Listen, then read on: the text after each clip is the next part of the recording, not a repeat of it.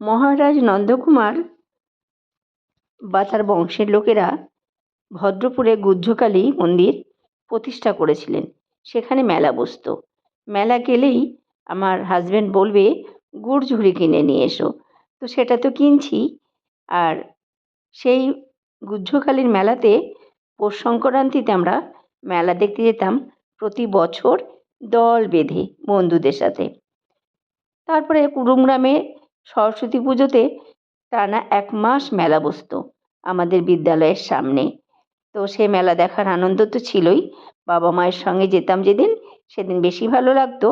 যা চাইতাম তাই পেতাম। আর যখন স্কুলে যেতাম তখন তো প্রত্যেকদিন টিফিন বেলায় আমরা মেলায় ঘুরে বেড়াতাম। আর মেলা আসতাম নলহাটিতে, বর্তমানে যেখানে সন্তোষী মায়ের মন্দির, যেখানে একটুও ফাঁকা জায়গা নেই, সেই জায়গাতে বিশাল করে মেলা বসতো। সেই মেলা আমরা দেখতে আসতাম।